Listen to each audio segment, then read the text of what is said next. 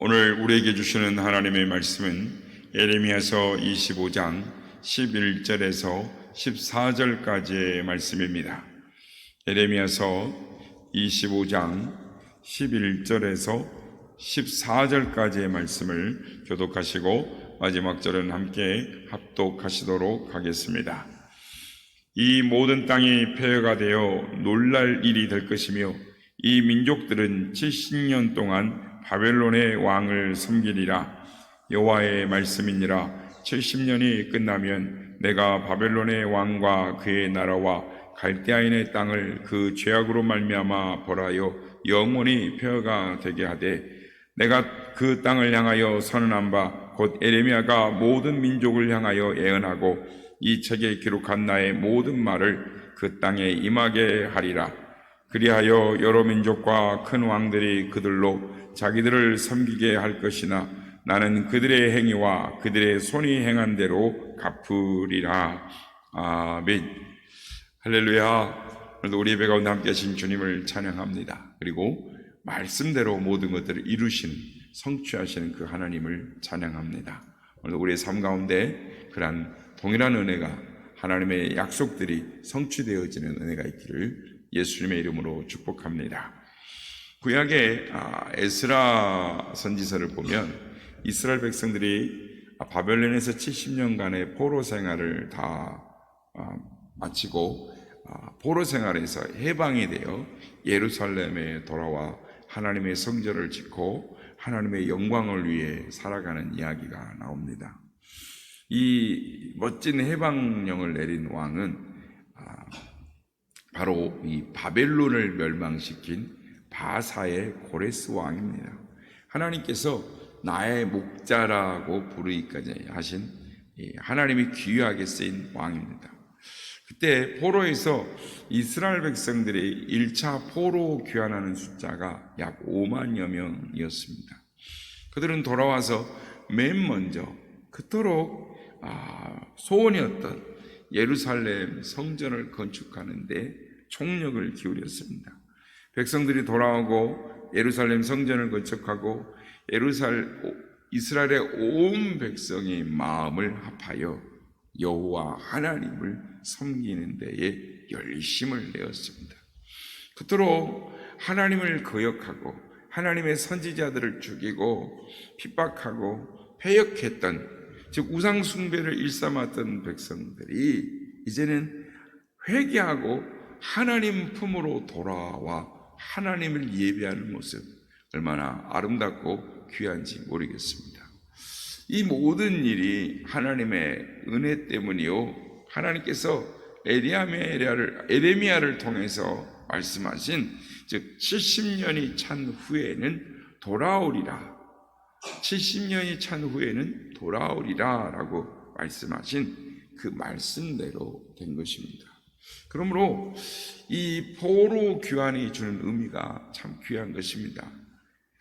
이 사건은 이스라엘 백성들이, 우리의 모든 인생들이 죄악된 포로 생활을 하다가 하나님께로 회개하고 돌아와서 하나님께 몸과 마음을 드리고 하나님을 예배하는 예배의 제단을 쌓고 하나님의 뜻과 그 영광을 위해 자기를 불태우는 귀한 하나님의 사람들이 되는 그 사건을 말씀을 하고 있기 때문에 70년의 포로 생활이라는 것은 굉장히 우리에게 있어서 귀한 영적인 의미가 되는 것입니다. 그렇다면 이러한 일들이 어떻게 일어날 수 있을까요? 그렇게 될 수 있었던 이유가 무엇일까요? 한 사람이 교회로 나오는 것도 쉽지 않습니다. 그런데 온 이스라엘 유다 백성들이 하나님께 나와 예배하는, 즉 예수님을 믿고 하나님을 예배하며 하나님의 영광을 위해 살아가는 그런 사람이 되었다라는 것입니다. 그렇다면 어떻게 그런 일이 가능할 것일까요? 사람이 변하는 건 참 어렵습니다. 불가능에 가깝습니다. 사람은 잘 변하지 않습니다. 아무리 은혜를 받았다 해도, 아무리 사람이 변했다 해도 그 자리로 회개하는 속성이 있습니다. 그러므로 사람은 잘 변하지 않는 것입니다.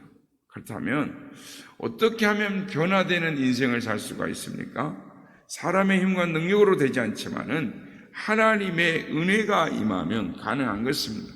하나님의 은혜가 임하면 누구나 회개하고 참 믿음을 가지고 하나님을 섬기며 하나님의 영광을 위하여 살아가게 되는 것입니다. 그러나 조건이 있습니다. 그것은 하나님의 은혜의 때가 차야 하는 것입니다. 오늘 본문 여호와께서 이스라엘의 백성들의 이 해방을 갈망하는 그 에레미야에게 이런 말씀을 하십니다. 에레미야서 25장 11절, 이 모든 땅이 폐허가 되며 놀랄 일이 될 것이며 이 민족들은 70년 동안 바벨론의 왕을 섬기리라. 아무리 갈망하고 원해도 70년이 차야 한다라는 말씀입니다.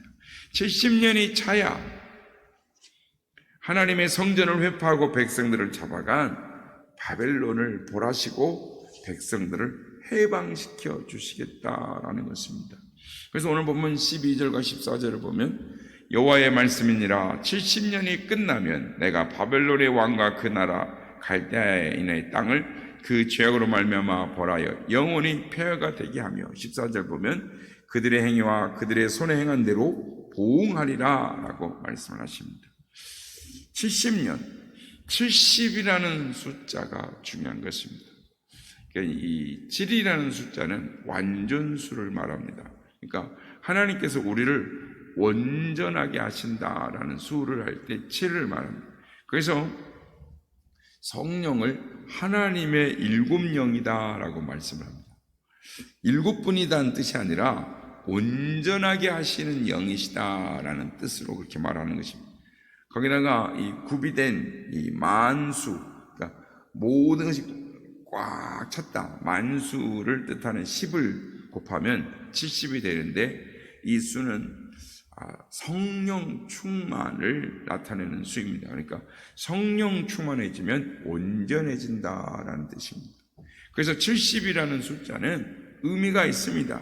하나님의 때가 되면, 하나님의 시간이 다 차면, 하나님의 은혜의 때가 되면 하나님께서 역사하신다라는 것입니다. 그러므로 하나님의 때가 돼야 되는 것입니다. 하나님의 때가 되면 온전한 믿음을 갖게 되고 세속을 멀리하게 되고 온전히 하나님의 영광을 위해 살 수 있게 된다는 것입니다. 그러므로 하나님의 때에 하나님의 은혜를 입고 살아가는 것, 그것이 하나님의 은혜인 줄 믿습니다. 중세의 유명한 교부 아구스티누스, 흔히 어거스틴이라고 하는 교부가 있습니다. 어거스틴의 어머니 모니카는 아들을 걱정하며 눈물로 기도했습니다. 어거스틴이 방탕에서 사생아를 낳고 이단이 만유교에 빠져서 9년을 보내고 있을 때 이 어머니는 아들 때문에 고통을 이루 말할 수가 없습니다. 아들을 위해 기도하면 눈물입니다. 기도로 매일 눈물의 삶을 삽니다. 그래서 하루는 그 당시에 감독이었던 암브로니스에게 이야기를 합니다. 우리 아들을 만나서 한 번만 말씀을 좀 전해 주십시오. 제발 한 번만 만나서 잘못된 점을 일깨워 주십시오. 그랬더니 암브로시스가 하는 말이, 아니요, 그를 그냥 거기에 내버려 두시오. 오직 그를 위해 주님께 기도하십시오. 그러니까 그는 아들을 말하는 거죠. 그는 책을 읽다가 스스로 오류가 어떠한 것이며 불경건함이 얼마나 큰 것인지를 깨닫게 될 것이요. 그래도 모니카가 계속 부탁합니다. 한 번만 더 만나달라고. 근데 암브로니우스 감독의 대답은 동일했습니다. 그리고 한 말이 유명하죠. 이제 그만 가시오. 그대의 삶을 두고 이르노니 눈물의 아들은 결코 망하지 않소. 그 아들을 위해서 그 정도의 눈물을 흘렸다면 그가 멸망하는 일은 결코 없을 것이오. 눈물의 아들은 결코 망하지 않는다. 아주 유명한 명언이 되었습니다. 과연 어거스틴의 엄마 모니카의 눈물의 기도의 분량이 하나님 앞에 가득 채워졌을 때 그 응답이 임하고 말았습니다. 어거스틴이 하나님께 돌아올 뿐만 아니라 하나님께 귀하게 쓰임받는 시대의 일꾼이 되었습니다. 그렇습니다. 성령 충만이 그 답인 것입니다. 은혜의 분량이 차야, 기도의 분량이 차야, 하나님의 은혜의 때가 되어야 하나님의 영광을 위해 살게 되는 줄로 믿습니다. 그렇다면 이스라엘 백성들은 하나님의 때에 은혜의 분량이 찰 때까지 무엇을 했을까요? 하나님께서 은혜의 때가 차오르기까지 이스라엘 백성들을 하나님의 은혜 받기에 합당한 그릇들로 변화시키셨습니다. 하나님께서 유다 백성들을, 이스라엘 백성들을 하나님의 은혜의 그릇들로 만들기 시작하셨습니다. 그들을 바꿔놓으신 것이죠.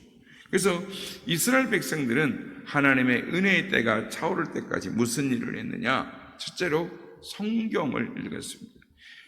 유대인들이 바벨론 포로 생활에서 이 모든 원인이 자신들의 죄악 때문이구나 라는 것을 깨닫게 되었습니다. 그리고 다시 하나님의 말씀, 율법에 대해 연구를 하기 시작합니다. 그 결과 새로운 제도가 생겼는데 그게 바로 서기관 제도가 생겼습니다. 유대인들이 바벨론 사방으로 흩어져 있었는데 각 회당마다 하나님의 말씀을 갖기를 원했고 자신들의 사본을 갖게 됩니다. 그래서 율법을 베끼는 전문가들이 생기게 되는데 그들이 서기관인 것입니다. 성도 여러분, 은혜의 분량이 차려면 늘 영의 말씀을 먹어야 하는 것입니다. 시편 1편의 2절 3절, 복 있는 자는 즉 오직 여호와의 율법을 즐거하며 그 율법을 주야로 묵상하는 자로다. 그는 시냇가에 심은 나무와 같다라고 말씀합니다. 시냇가가 무엇입니까? 하나님의 은혜인 것입니다. 성경에서 은혜를 받아야 하는 것입니다. 두 번째로 그들이 은혜를 때가 차올 때까지 무엇을 했느냐? 예배를 드렸습니다. 바벨론에서도 경건한 유대인들은 안식일을 잊지 않았습니다. 그래서 안식일에 우리 시편 137편에 보면 그들이 강가에 나와서 예배를 드리고 그리고 또 회당을 곳곳마다 만들어서 예배를 드렸습니다. 그래서 회당 제도가 생기게 된 것이죠. 이 예배 생활이 있었기에 바벨론의 해방이 있었던 것입니다. 그러므로 늘 예배해야 하는 것입니다. 교회의 공예배로는 부족한 것입니다. 초대교회처럼 매일매일 예배해야 하는 것입니다. 365일 예배하는 교회가 되어야 하는 것입니다. 구약의 성막에서 조속으로 소재가 끊어지지 않았던 것처럼 지금도 그 분량만큼 하나님을 예배해야, 하나님을 섬겨야 충만한 삶, 성령 충만한 삶을 영위할 수가 있는 것입니다. 또한 그들이 하나님의 은혜의 때가 차오를 때까지 무엇을 했느냐? 화목을 이루어냈습니다. 예레미야서 50장 4절에 보면 여호와의 말씀이니라 그날 그때에 이스라엘 자손이 돌아오며 유다 자손도 함께 돌아오되라고 말합니다. 호세아서 1장 11절에도 유다 자손과 이스라엘 자손이 함께 모여 한 우두머리를 세우고 그 땅에서 올라오되라고 말씀합니다. 북쪽 이스라엘과 남쪽 유다는 두 나라로 갈리어져서 서로 싸웠습니다. 그런데 바벨론에서 하나가 됩니다. 바벨론에서 하나가 되어 돌아와서 통일 이스라엘을 이루게 되는 것입니다. 그렇습니다. 우리의 몸과 마음이 하나가 되어 하나님을 섬겨야 하는 것입니다. 몸이 게을러서 하나님께 드려지지 않으면 결코 충만한 삶을 영위할 수 없습니다. 그러므로 마음도 드려야 합니다. 몸도 드려야 합니다. 목소리도 드려야 합니다. 시간도 드려야 합니다. 힘도 드려야 하는 것입니다. 하나님 앞에 우리의 모든 걸 올려드리는 우리가 되어야 될 줄로 믿습니다. 그리고 마지막으로 그들이 또 한 가지 한 것은 뭐냐면 서로 싸우던 두 나라가 하나 되어 돌아옴으로 서로 용서하고 화목하고 사랑하게 되었다라는 것입니다. 그들은 바벨론에서 똑같은 처지가 되어서 서로 용서하고 서로 위로하며 사랑하게 된 것입니다. 성도 여러분, 용서해 주어야 용서해 주십니다. 사랑해야 하나님의 사랑을 경험할 수가 있습니다. 우리가 우리에게 죄 지은 자를 용서해 준 것 같이 우리의 죄를 용서해 달라고 해야 하는 것입니다. 은혜의 분량은 곧 사랑의 분량이기 때문입니다. 막힌 것이 있어서 영적인 풍성한 은혜의 삶을 막으면 안 되는 것입니다. 마지막으로 하나님의 때에, 은혜의 때가 차오를 때까지 하나님께서 특별한 도움을 그들에게 주십니다. 비록 이스라엘이 징계를 받아서 바벨론으로 포로로 끌려 잡혀갔지만 하나님께서 특별한 도우심을 주십니다.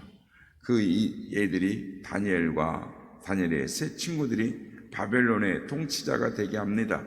에스더가 바벨론의 왕비가 되게 하는 것입니다.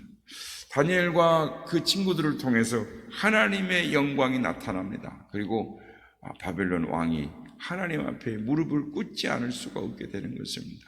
하나님의 역사를 통해서 그들이 하나님의 이름 앞에 함부로 입을 놀리지 말라, 하나님 앞에 함부로 행동하지 말라라고 엄한 조서를 내리게 되는 것입니다.